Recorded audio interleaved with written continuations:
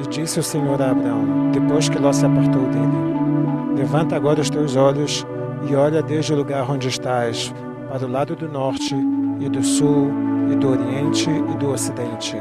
Porque toda esta terra que vês, te hei de dar a ti e a tua descendência para sempre. E farei a tua descendência como o pó da terra, de maneira que se alguém puder contar o pó da terra, também a tua descendência será contada. Levanta-te e percorre esta terra, do seu comprimento e na sua largura, porque a ti a darei. E Abraão mudou as suas tendas e habitou nos carvalhais de Mamre, que estão junto a Hebrom, e edificou ali um altar ao Senhor.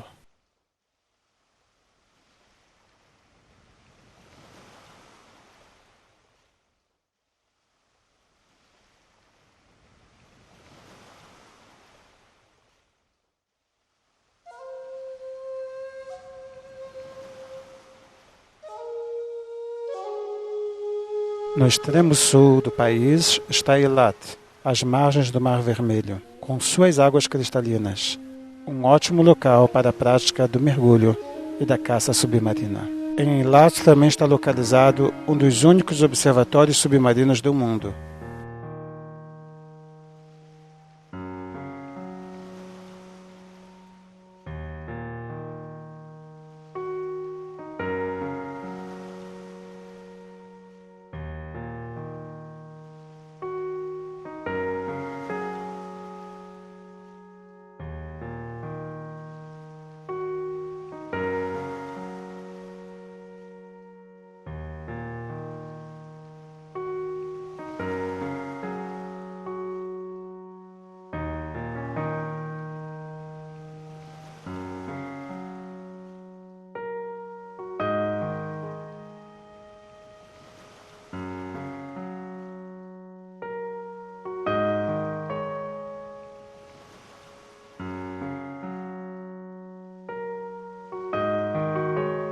Nestas montanhas, segundo a tradição, ficavam as cidades Sodoma e Gomorra. Hoje, esta região é um deserto sem fim, coberto de gesso, areia, sal e enxofre, sendo uma das regiões mais inóspitas do mundo, ao sul do Mar Morto.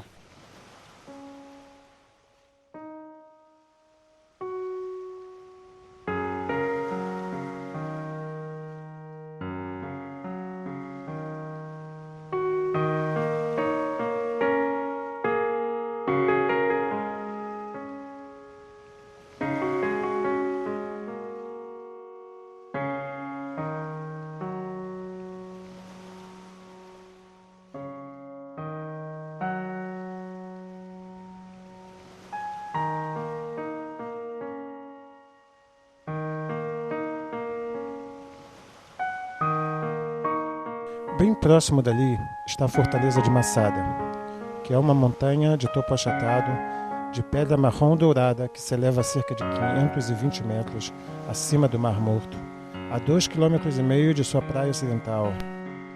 Na primavera do ano de 73 d.C., a fortaleza foi ocupada por 960 zelotes, sob o comando de Eliezer ben Yair, outro comandante judeu que era um dos oficiais guerrilheiros envolvido na defesa de Jerusalém.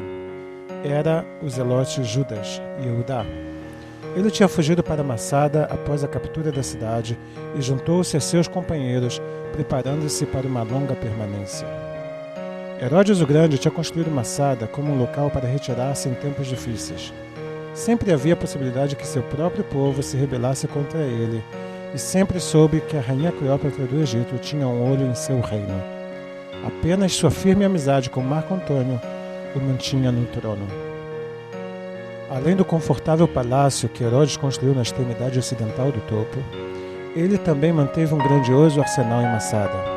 Quando os zelotes conquistaram a fortaleza, encontraram ali um estoque de armas suficiente para equipar um exército de 10.000 homens, bem como ferro, bronze e chumbo para a fabricação de armas e munição. Os armazéns estavam cheios de grãos, óleo, tâmaras e vinhos, enquanto os jardins férteis podiam providenciar alimentos frescos e os canais entalhados na rocha calcária capturavam e conduziam a água da chuva para grandes reservatórios subterrâneos, com capacidade superior a 200 mil galões. Na tarde de 2 de maio do ano 73 d.C., o general romano Silva cancelou o trabalho das equipes do Batistaca e enviou homens armados com tochas flamejantes. A muralha queimou rapidamente. Um vento forte soprou inicialmente sobre os romanos antes de mudar de direção e apagar as chamas. Deixando uma guarda forte na muralha queimada para assegurar que nenhum judeu do topo escaparia à noite, Silva ordenou que fossem feitas preparações para um ataque total na manhã seguinte, pela brecha da muralha queimada. Depois foi dormir. Os zelotes de Massada podiam ver o que estava acontecendo do outro lado da muralha. Eles sabiam que no dia seguinte ocorreria o ataque final dos romanos. Naquela noite, após o discurso do chefe da fortaleza, os homens concordaram que preferiam morrer em honra do que cair nas mãos dos romanos incircuncisos. Voltando-se as mulheres e os filhos e cortando-lhes os pescoços, em seguida pediram aos seus companheiros para os matarem. Uma vez mortos os homens, 10 zelotes, incluindo Eleazar ben Yair, o líder, permaneceram. Eles queimaram tudo o que possuíam, escreveram seus nomes em pedaços de cerâmica quebrada e sortearam qual deles mataria os outros. No final, um homem permaneceu.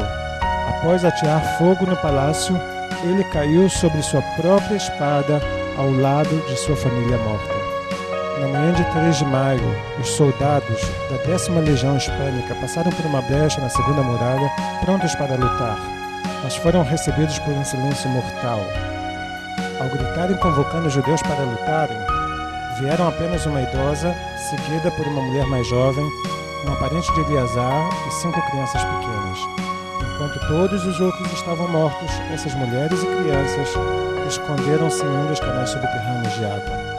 Ao chegarem no topo das construções, os romanos descobriram os corpos dos mortos e enalteceram a nobreza final dos zelotes. Isto marcou o fim da primeira revolta judaica. Depois de Massada, não havia mais rebeldes na Terra Santa para lutar contra os romanos.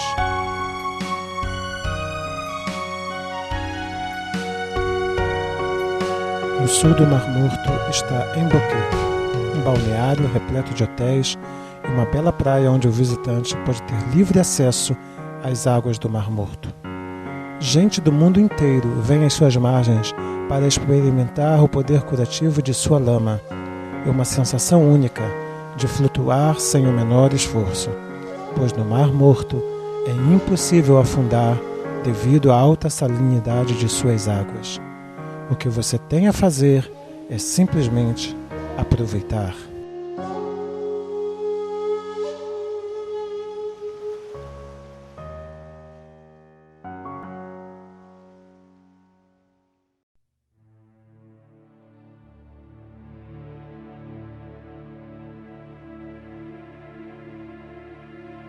En-Gedi é um oásis no meio do deserto, às margens ocidentais do Mar Morto.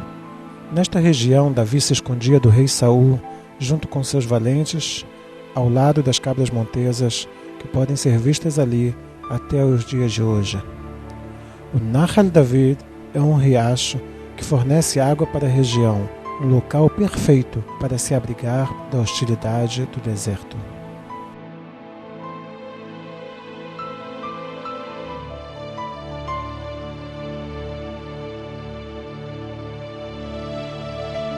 Ao norte do Mar Morto está Qumran, os manuscritos do Mar Morto. Em 1947, os primeiros manuscritos foram encontrados em uma caverna às margens do Mar Morto por um jovem beduíno que cuidava de um rebanho de ovelhas. A notícia da descoberta espalhou-se rapidamente após a venda e aquisição dos primeiros manuscritos. Imediatamente, a comunidade científica interessou-se pelo achado. Aproximadamente 930 fragmentos de manuscritos hebraico, aramaico e grego foram encontrados em 11 cavernas em Qumran, datando de 250 anos antes de Cristo, até o primeiro século da Era Cristã. A maior parte dos seus manuscritos estão expostos na cúpula do livro em Jerusalém.